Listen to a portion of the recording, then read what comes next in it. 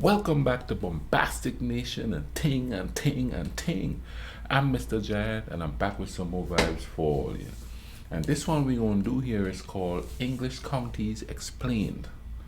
I want to thank you guys for giving me all the suggestions in the comment section. Thank you for commenting. Please keep the comments coming and things like that.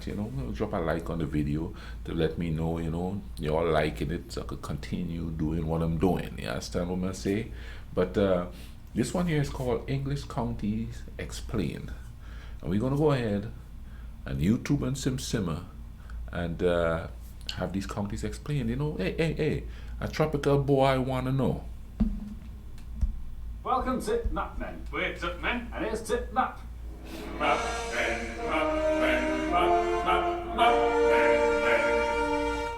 In today's programme, we're going to talk about counties. Counties are the building blocks that make up Britain. The units you're expected to have heard of to help place towns and villages you've not heard of, such as Wingerworth. Where? In Derbyshire. Oh, where's Derbyshire? Arguably, the county that inspires the fiercest pride and loyalty in its inhabitants is Yorkshire. Yorkshire is known for Yorkshire puddings, Yorkshire terriers, and Yorkshire tea, which comes from this part of Yorkshire. With its distinctive accent, strong identity, and intense one-way rivalry with Lancashire next door, Yorkshire folk are proud to tell everyone they come across that they come from Yorkshire.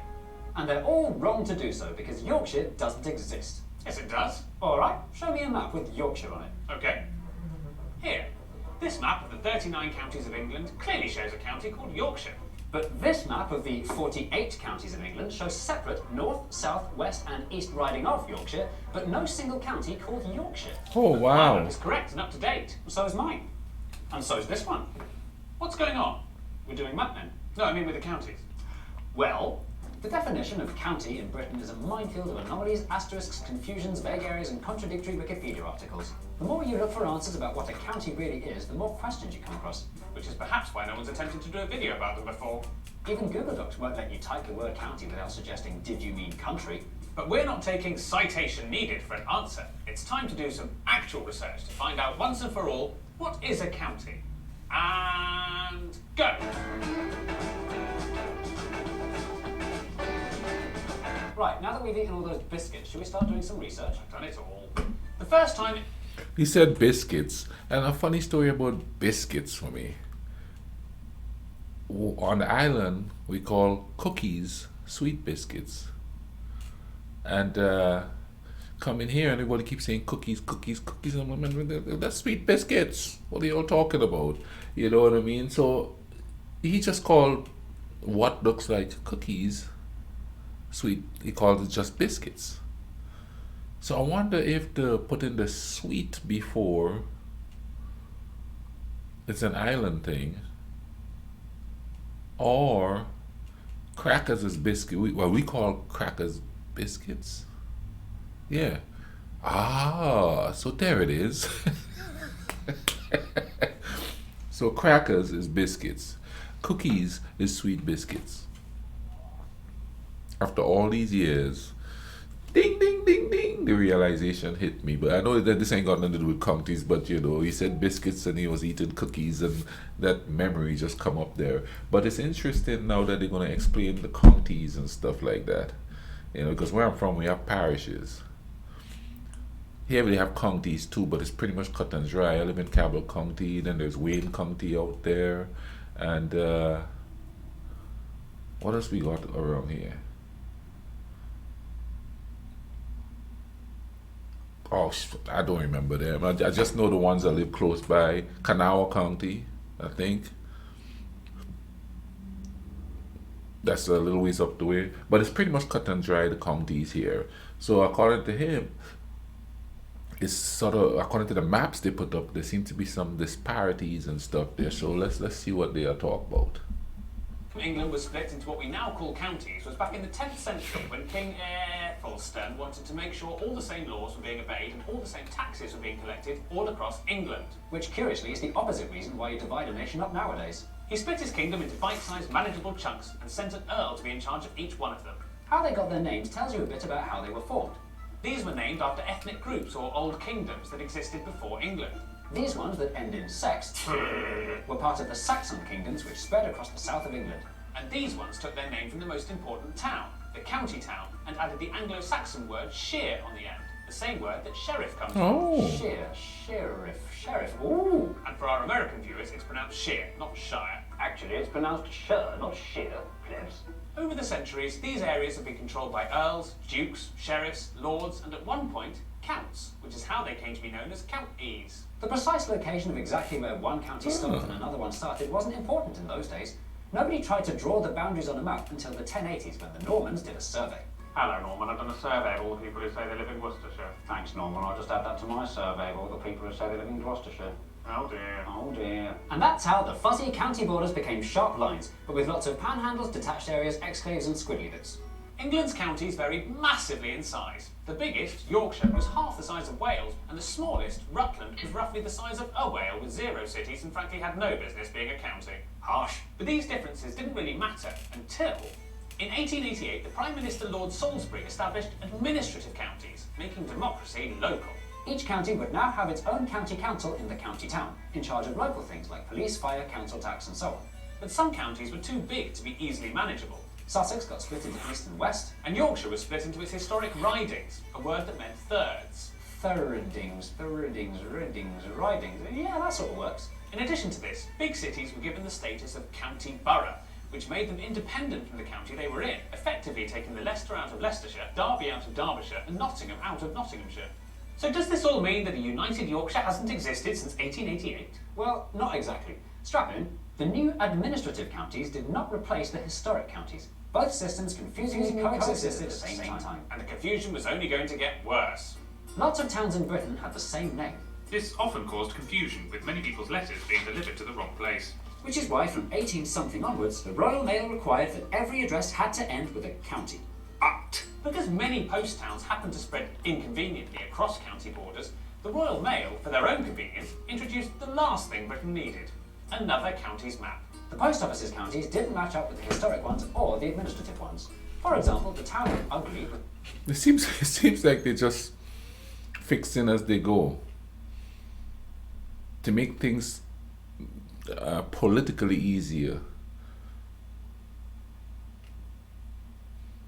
That's complicated though.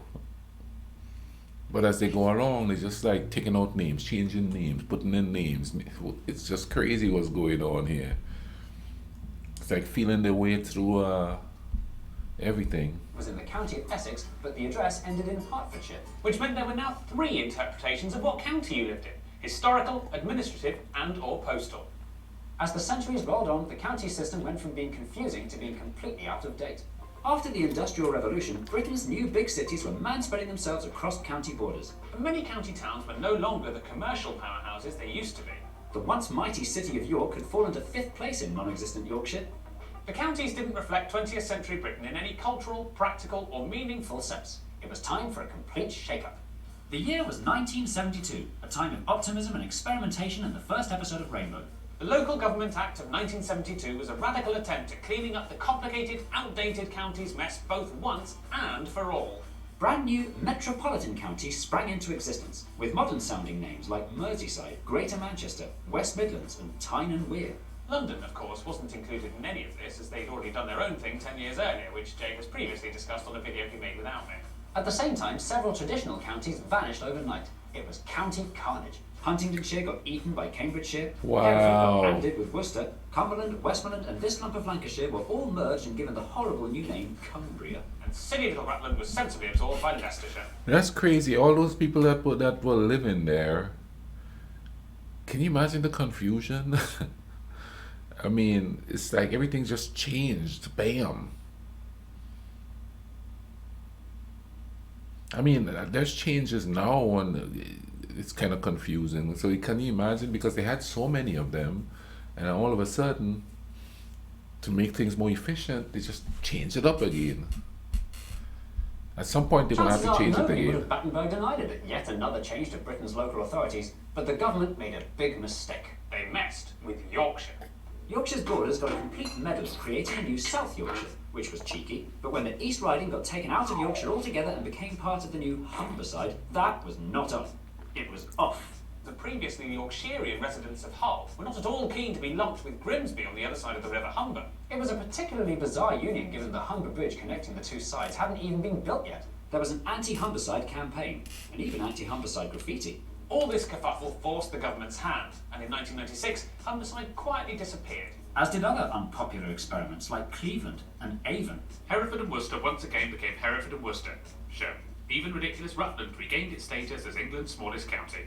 The shake-up of 1972, designed to simplify things, did nothing of the sort. Instead, marking the beginning of an era where county borders, names and powers have been changing on an ever-increasing basis. England's today has 9 regions comprising 47 ceremonial counties alongside 6 metropolitan counties comprising 36 metropolitan districts, 26 non-metropolitan counties comprising 192 non-metropolitan districts and 56 unitary authorities, not including Greater London, which is a ceremonial county and not a county, comprising 32 boroughs, and the City of London, which is a district and a county and not a ceremonial county, and we haven't even talked about Scotland, Wales or Northern Ireland, where it's different. Absolute state of this. Although it may seem more impossible than ever to tell what and isn't a county, according to this particularly aggressive map publisher, it's very simple. Our historic counties have never been affected, nor their boundaries changed by the endless shifting of local government boundaries over the past 100 years. This is a view shared by the increasingly exasperated Association of British Counties, who seek to Give every county a county day, teach counties to school children, fly county flags in every county, stop using the word county for local authorities who are not proper counties. fruitcakes.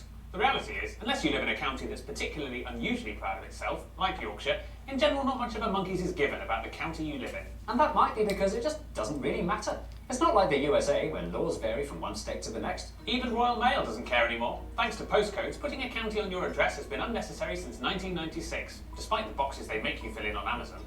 But just because they're not important doesn't mean we should forget about them. Present-day knowledge and understanding of English counties is in an abysmal state. We stopped over 4 people on the street, and not a single one of them could faultlessly name every single county in England and its county town. Well, we think that's a terrible shame, and it's about time something was done about it. Oh, there's Leicestershire, Oxfordshire, Rutland, and... Knock, knock. Who's there? Sir, Sir who? Surfshark is a VPN, an app and browser extension that makes your internet safer by masking your IP address, protecting you from tracking. Okay, I'll show you how it's useful without like normal. And it's just as fast and reliable, whether it's for country hopping or making your internet safer or... I think that was the end of the video, but quite confusing. I wonder how many politicians lost elections while all this whole confusion with counties are going on, because there's a politician that's pushing for it and another politician against it, you know what I mean, and they run on those platforms. I wonder if they did that. Comment down below, let me know about that stuff there, but thank you all for watching this with me. I hope you guys I'm filming this on a Saturday night, so the 27th of November, so I hope you guys are having a great weekend. And if you're watching this next week, I hope you had a great weekend. Which you probably will be watching it next week. Listen, man, you take care of each other, all right? Cool Runnings. Link in the description.